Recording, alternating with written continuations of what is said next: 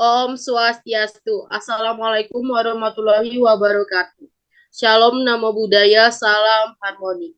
Baik, di sini kami akan mempresentasikan materi filum mamalia. Adapun kelompok kami yaitu yang pertama, saya sendiri adalah Niputu Daneka Laksmi dengan NIM 22130411035. Lalu rekan saya. Dan saya sendiri, Zelika Dinda Mukti Briliani dengan NIM 22130411021. Baik, di sini kami akan membahas topik pembahasan, yang dimana kami akan membahas ada 5 pembahasan. Yang pertama, terdapat karakteristik filum mamalia. Yang kedua, klasifikasi filum mamalia. Yang ketiga, anatomi, morfologi, dan kelenjar susu. Dan yang keempat, ada habitat dan peranannya. Lalu yang terakhir, terdapat sesi diskusi. Yang pertama, yaitu karakteristik filum mamalia. Ciri-ciri mamalia. Ciri-ciri mamalia terdapat ada 6, yaitu yang pertama mempunyai kelenjar susu, yang kedua mempunyai tulang belakang, yang ketiga mempunyai anggota tubuh untuk bergerak, yang keempat mempunyai rambut untuk menutupi seluruh tubuhnya, yang kelima mempunyai alat pernapasan paru-paru, yang keenam berdarah panas. Bisa di next. Yang kedua, klasifikasi filum mamalia. Yang pertama, terdapat ordo Marsupialia, yang dimana ciri-ciri ordo dari Marsupialia ini yaitu khusus yang betina memiliki kantung yang disebut juga marsupium di bagian ventralnya. Setiap anak yang dilahirkan secara prematur untuk selanjutnya berkembang di dalam kantung induknya. Bisa di next. Lalu yang kedua, terdapat ordo Insectivora. Ciri khusus dari ordo ini yaitu hewan yang suka memakan serang atau cacing ataupun biji-bijian. Matanya tertutup dan memiliki cakar yang besar, sedangkan telapak kaki yang di depan lebih lebar. Bisa di next. Yang ketiga, terdapat ordo Dermopetra, yang dimana ordo ini memiliki ciri-ciri dapat terbang karena 4 kaki yang dimilikinya, dapat membentuk parasut berbulu atau yang disebut dengan patagium. Hewan ini makan daun ataupun buah-buahan. Bisa di next. Lalu terdapat ordo Chiroptera. Ordo ini masuk dalam golongan mamalia yang dapat terbang, di mana ia memiliki ciri-ciri pada bagian kaki depan dan juga belakang. Terdapat membran interdigital, walaupun ukuran kakinya yang di belakang lebih kecil. Hewan ini suka makan buah, dapat terbang dan mencari makan di malam hari atau yang disebut dengan nocturnal. Yang kelima, terdapat ordo primata. Ordo ini memiliki ciri-ciri khusus, yakni hewan yang termasuk herbivora, karnivora, ataupun omnivora. Hewan ini juga masuk dalam golongan nokturnal ataupun diurnal dengan bagian tangan yang besar, serta memiliki jari yang dapat digunakan memanjat. Bisa di next. Yang keenam itu adalah ordo Rodentia, yang dimana ciri khusus dari ordo ini adalah ia tidak memiliki gigi taring untuk mengoyak makanan. Ia juga dapat hidup pada segala habitat. Di next. Yang ketujuh yaitu adalah ordo Carnivora, yaitu kelompok hewan ini adalah yang suka makan daging, sehingga ia juga memiliki gigi taring untuk menyobek daging. Hewan ini juga memiliki cakar untuk memburu mangsanya. Lalu selanjutnya terdapat ordo Lagomorpha, yaitu kelompok golongan ini termasuk ordo mamalia yang memakan tumbuh-tumbuhan. Selanjutnya terdapat ordo Cetacea yang dimana termasuk dalam golongan mamalia yang hidup di laut. Contoh dari ordo ini terdapat Dolphinus delphis atau yang disebut dengan dolphin laut. Yang kedua terdapat Phalenoptera musculus yang dimana bisa disebut dengan paus biru. Lalu terdapat ordo Proboscidea yang dimana ordo ini termasuk dalam golongan Proboscidae adalah semua jenis gajah yang ada di dunia. Selanjutnya terdapat ordo Perissodactyla yang dimana ciri-ciri dari ordo ini termasuk adalah hewan yang memiliki kaki yang jumlahnya ganjil. Selanjutnya terdapat ordo Artiodactyla yang dimana ciri-ciri ordo ini adalah memiliki jari kaki yang berjumlah genap. Yang ketiga ada anatomi, morfologi, dan kelenjar susu. Yang ketiga, saya akan membahas anatomi, morfologi, dan kelenjar susu. Anatomi mamalia, yang pertama ada sistem saraf, yaitu sistem saraf pada mamalia secara general memiliki tingkat perkembangan yang lebih tinggi dari kelas lain. Yang kedua ada cerebrum berukuran lebih besar jika dibandingkan keseluruhan bagian otak. Yang ketiga, otak atau encephalon terdiri dari beberapa bagian yang hampir sama dengan vertebrata yang lain, seperti prosencephalon, lobus opticus, cerebellum, dan medulla oblongata.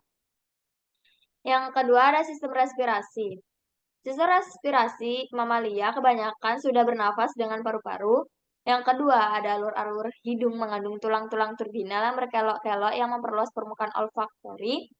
Yang ketiga ada laring beratap sebuah epiglotis yang mengandung pita-pita suara. Dan yang terakhir ada duan paru-paru masing-masing dalam ruang pleura yang terpisah. Yang ketiga ada sistem sirkulasi yang dimana jantung berbilik 4 pada mamalia yang mempunyai 2 atria, 2 ventrikel yang terpisah secara sempurna. Yang terakhir ada terdapat sirkulasi ganda atau sirkuit sistematik dan pulmoner. Sistem ekskresi, yang keempat ada sistem ekskresi, yang dimana ginjal berbentuk seperti biji kacang, ruang median ginjal yang disebut pelvis renalis berhubungan dengan kandung kemih melalui ureter. Yang kedua ada dari kandung kemih mengeluarkan uretra yang akan mengeluarkan urin melalui saluran urin. Yang ketiga ada mamalia dominan sudah memiliki saluran pembuangan sisa pencernaan melalui anus, urin melalui uretera, dan saluran reproduksi melalui vagina dan penis. Sistem pencernaan, yang dimana sistem pencernaan terdiri dari kelenjar pencernaan dan organ pencernaan.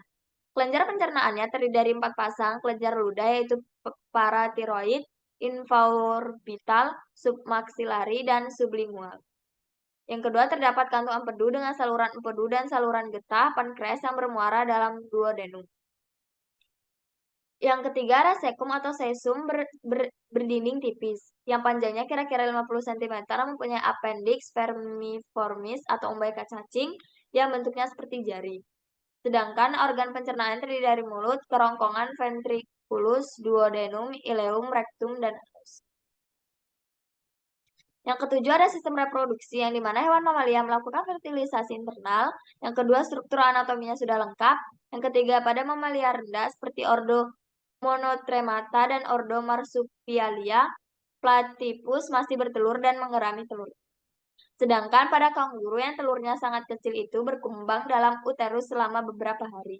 Larva yang kemudian menetas segera keluar dari uterus dan masuk dalam kantong perut atau marsupium dan menghisap air susu dari puting induknya.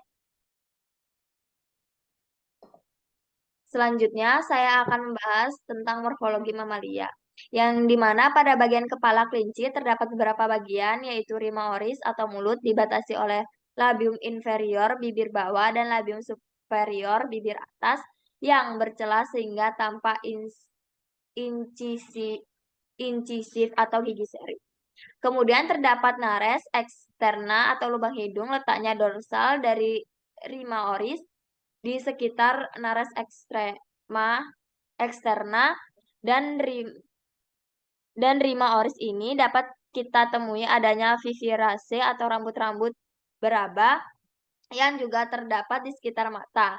Mata dibatasi oleh palpebra superior atau kelopak mata atas dan palpebra inferior atau kelopak mata bawah. Sedangkan membran nictitans atau kelopak mata ketiga terdapat pada sudut mata sebelah anterior.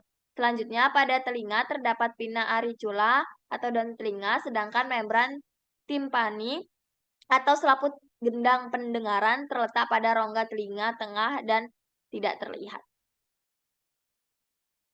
Selanjutnya, bagian truncus atau badan. Badan pada kelinci terbagi menjadi toraks, yaitu dada.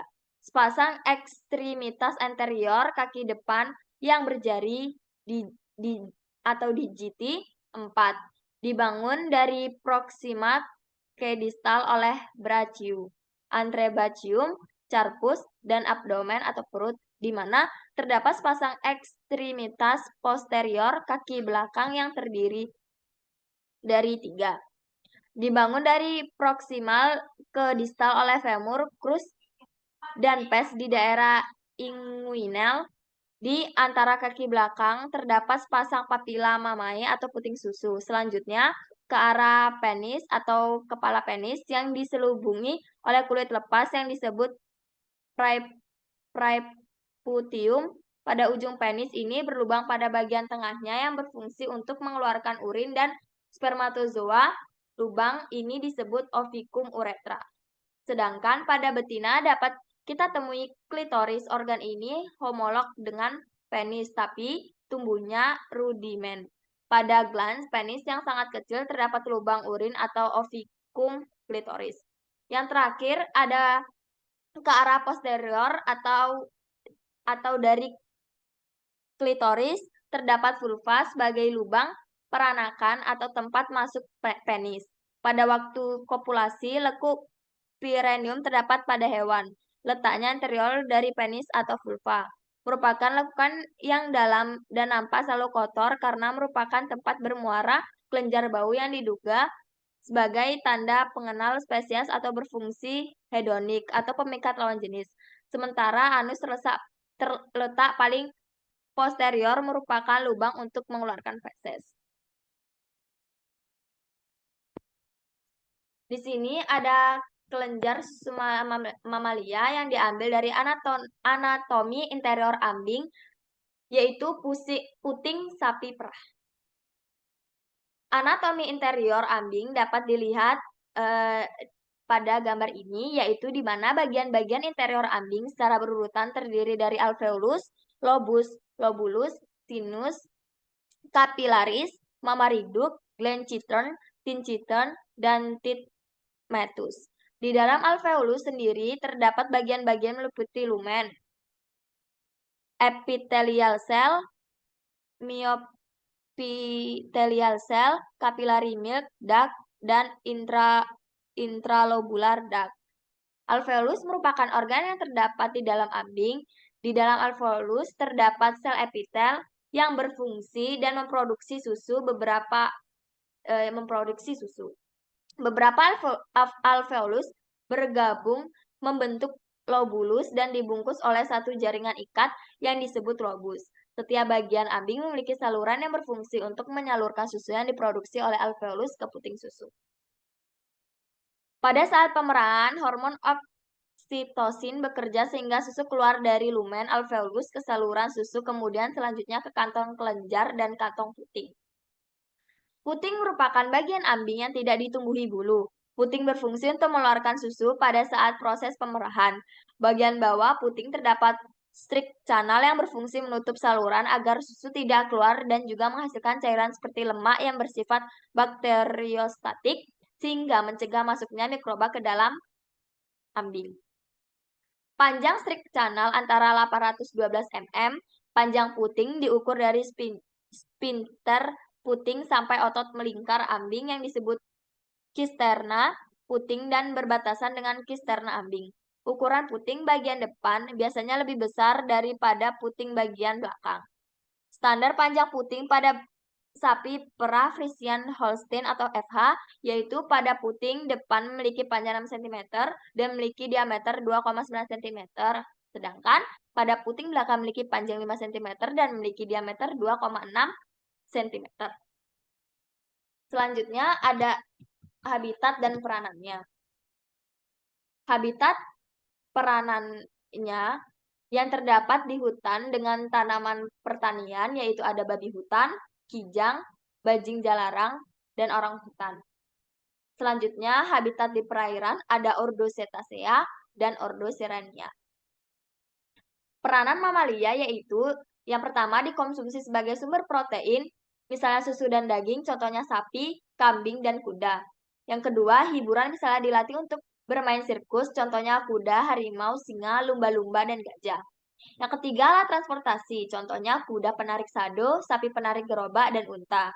Yang keempat, membajak tanah sawah, contohnya kerbau. Dan yang kelima, bahan industri kulit, contohnya kulit sapi dan kambing. Yang keenam, ada barang kerajinan, contohnya tanduk unta membuat sendok, sisir tusuk konde, dan gantungan kunci. Yang ketujuh, ada penjaga rumah dan pelacak jejak, contohnya anjing. Dan yang terakhir, ada memberantas serangga atau nyamuk, contohnya kelelawar. Baik, selanjutnya sesi diskusi akan saya alihkan kepada rekan saya, itu Dian Eka. Baik, terima kasih atas waktunya yang telah diberikan oleh saya.